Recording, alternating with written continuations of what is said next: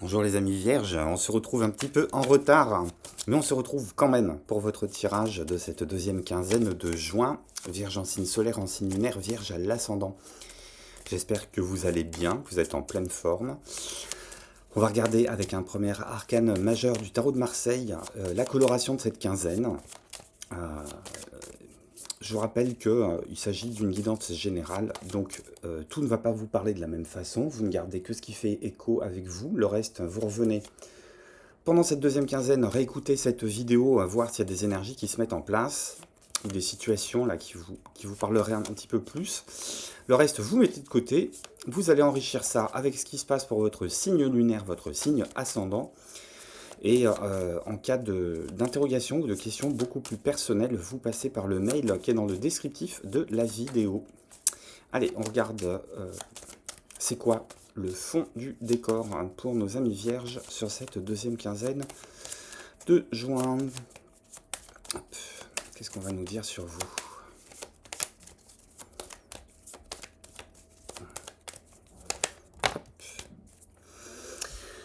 J'ai le soleil. J'ai le soleil et j'ai la papesse en dos de paquet. Est-ce qu'on est en train de mettre à la lumière des interrogations? Est-ce qu'on est en train de mettre à la lumière des secrets? Est-ce qu'on est en train de mettre à la lumière une réponse à des questions qui avaient peut-être pas forcément une formulation très rationnelle ou très précise ou très ciblée dans votre tête, mais il y a une forme d'interrogation qui est en train de remonter à la surface. Alors si elle remonte à la surface, peut-être qu'elle remonte à la surface aussi avec des réponses. Avec des réponses, avec même, j'entends, une forme de réconciliation. Alors ça peut être une réconciliation avec d'autres personnes, peut-être que euh, votre intuition est en train de travailler, votre intuition est en train de vous faire toucher du doigt ou de vous faire prendre conscience.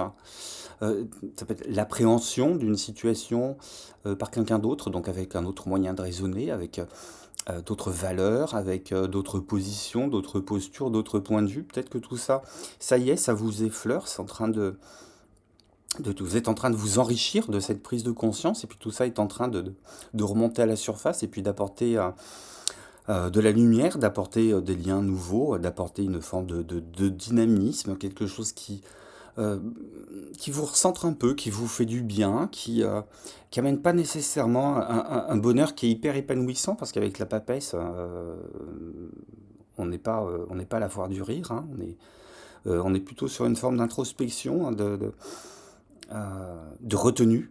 Et pour moi, la papesse, c'est une carte qui est très très vierge aussi, hein, sur je sais tout, mais je dirai rien. Voilà. C'est de l'appréhension d'une situation, mais à mon avis, vous êtes en train d'enrichir votre horizon intérieur, votre horizon mental. Euh, c'est presque comme si vous augmentiez votre bibliothèque d'outils logiques sur le... Voilà, une forme de compréhension renouvelée, soit d'une situation, soit d'un bien-être général, soit d'une redécouverte.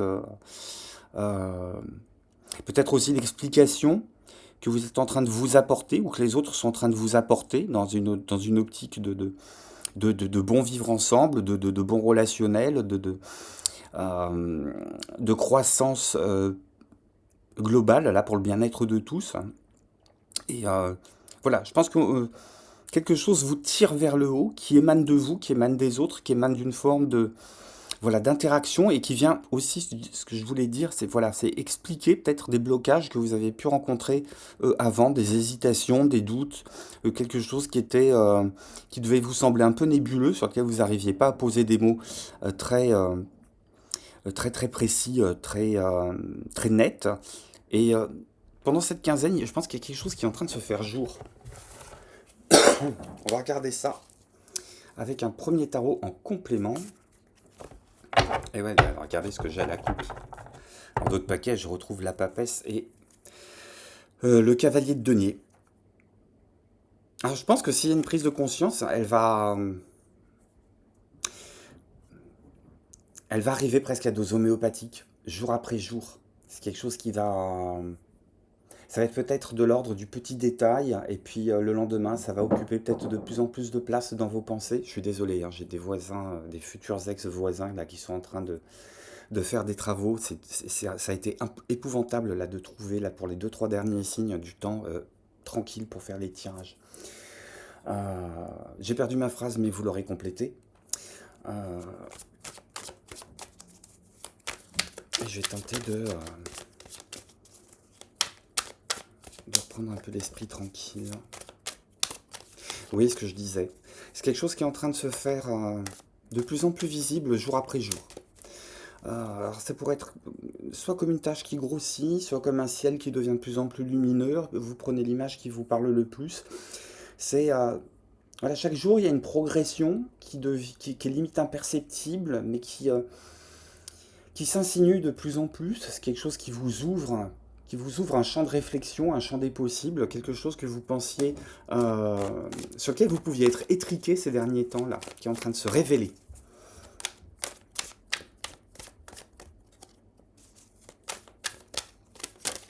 Et je pense que voilà, votre intuition,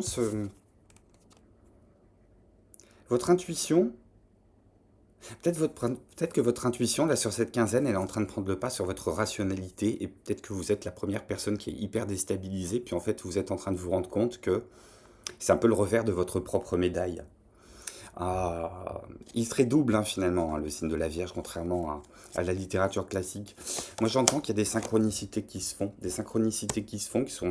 qui vont probablement vous sortir de votre zone de confort. Euh, Ça va venir vous taquiner, ça va venir vous taquiner, ça va venir vous réinterroger. Ça va venir vous réinterroger, ça va vous montrer que dans certaines situations, effectivement, le soufflet est retombé. Sur d'autres situations, vous êtes en train de vous rendre compte que ce que vous pensiez être un mur, hein, finalement, quand vous grattez le papier peint qui est derrière, et ça vous le faites grâce à votre intuition, vous allez trouver une porte dérobée, vous allez trouver une porte qui a été cachée, quelque chose qui va vous ouvrir sur des possibilités. Donc je pense qu'il y a une forme de géographie intérieure là, qui commence à se redessiner, avec des opportunités que vous ne pensiez pas être présentes, ne serait-ce qu'en début de mois. Et là aussi, il y a une forme de virage. Une forme de virage. Alors peut-être que vous n'allez pas être seul dans l'histoire, peut-être qu'on va venir vous donner un coup de main.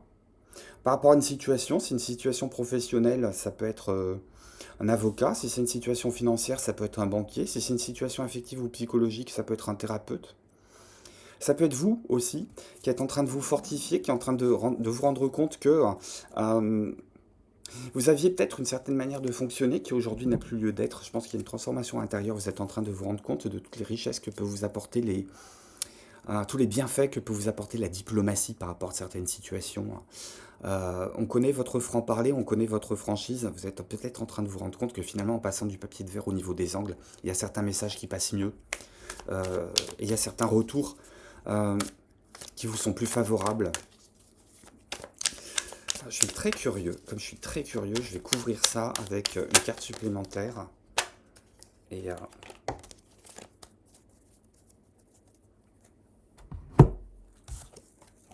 moi, je pense que c'est une période sur laquelle vous êtes béni, vous êtes protégé. C'est sur cette interrogation-là. Il y a peut-être une part de votre existence là où vous vous sentez un petit peu comme la chenille qui va s'apprêter à devenir papillon. Ça peut vous faire flipper. Mais d'un autre côté, il y a plein de signaux extérieurs qui sont en train de vous dire Cocotte, Coco, t'inquiète pas, ça se passe dans le bon sens, ça se passe tel que ça doit se passer. Et tu peux activer ta transformation tranquillement, tu peux monter à ce rayonnement tranquillement, tu peux passer de l'ombre à la lumière tranquillement, et vice-versa. Pour acter une forme de transformation intérieure, t'es béni dans l'histoire. Alors, dans le côté pratico-pratique, qu'est-ce qu'on vous conseille, hein, parce que j'ai l'impression que vous ne voyez pas grand-chose dans l'histoire. Pour certaines personnes, j'entends que vous allez peut-être prendre conscience aussi sur cette deuxième quinzaine que vous en avez fini par rapport à un psychodrame de votre passé, une rupture, une séparation, une fin de contrat, une perte financière, sur quelque chose sur lequel vous n'aviez pas la main mise, vous n'arriviez pas à comprendre l'origine du truc, l'origine du drame, ce qui a mis le feu aux poudres. J'ai l'impression que vous allez lâcher prise par rapport à ça.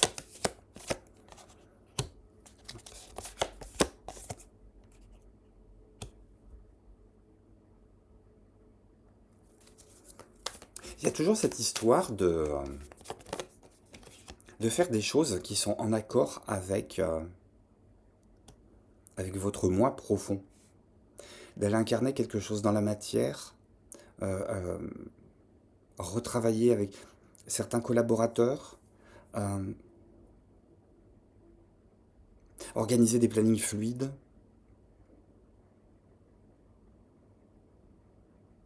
Ça peut être aussi regarder dans certaines situations hein, où vous vous sentez submergé, soit par une situation qui vous dépasse, hein, soit par une forme de blocage, une forme d'ennui, une forme de stérilité des événements.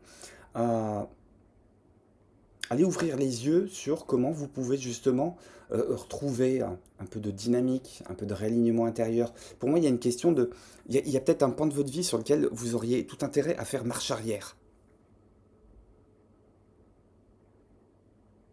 Parce qu'il y a cette intuition, parce qu'il y a cette forme de sensibilité hein, qui vous dit, je me suis engagé dans cette voie-là, mais la personne qui s'engage dans cette voie-là, c'est mon ancien moi.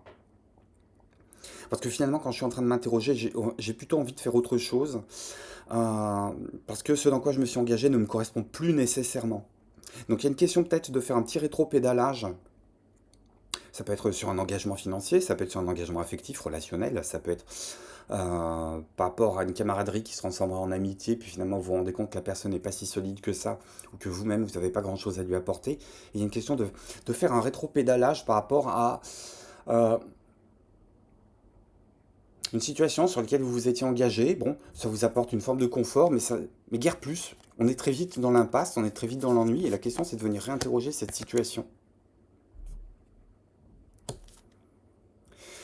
Il y a une question de faire des projets nouveaux, il y a une question de... Je vous dis, hein, ça prend son temps. Hein, sur cette quinzaine, j'ai l'impression que jour après jour, voire heure après heure, il y a une forme d'éclaircie, là, de prise de conscience sur des projets qui sont à réinterroger parce que finalement, ça ne vous correspond plus. Vous êtes en train de toucher du doigt sur cette quinzaine que vous avez changé. Vous pensiez avoir changé en surface, mais finalement, vous réalisez jour après jour, demi-journée après demi-journée, heure après heure, à quel point vous n'êtes plus la même personne qu'avant. Euh, à cause des circonstances, à cause de la réinterrogation de certaines valeurs, à cause de certains succès, certains échecs, euh, à cause aussi d'une confrontation entre ce que vous aviez pu engager dans le passé, ce en quoi vous croyiez, et le fait qu'il y ait eu des retours ou pas. Et je pense qu'il y aura peut-être même l'idée d'aller filtrer, d'aller trier là, les projets qui sont réalistes, réalisables ou pas, parce que, alors non pas dans la matière, mais simplement dans votre esprit, parce que ça ne vous correspond plus nécessairement.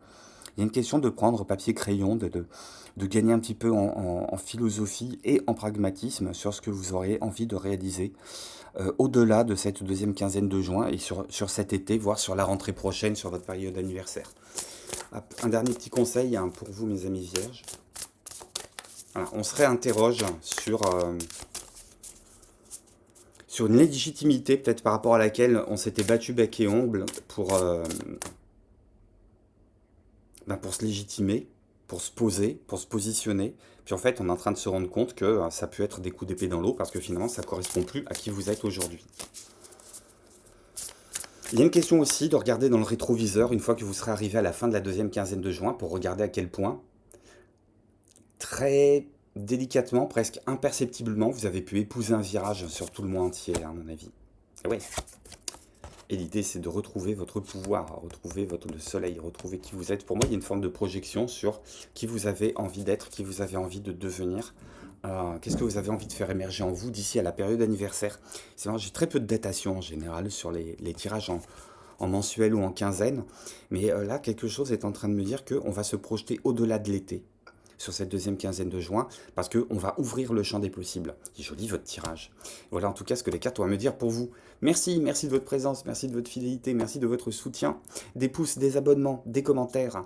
Et je vous embrasse, je vous dis à très très bientôt, passez une très bonne quinzaine de juin. Bye bye.